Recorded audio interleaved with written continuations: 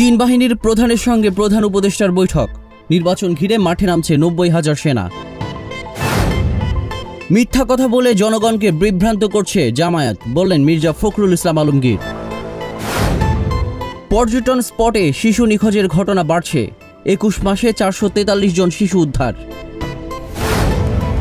ইংল্যান্ডে ট্রেনের ভেতর এলোপাথারি ছুরিকাঘাত, আহত ৯।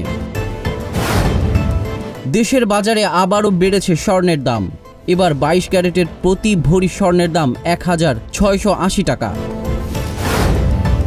তাহসানের সঙ্গে নাম জড়াতেই প্রেমিককে প্রকাশ্যে আনি, বললেন তাসনিয়া ফারিন। যুদ্ধবিরতির মধ্যেও গাজায় হামলা, ত্রাণের ৭৫% আটকে রেখেছে ইসরায়েল। গ্রিসে বন্দুকধারীর হামলায় নিহত ২। তুরস্ক থেকে দেশে ফিরেছেন ৫.৫ লাখ সিরীয় শরণার্থী। ভিনিসিউসের পেনাল্টি মিস, তবুও রিয়াল মাদ্রিদের বড় জয়।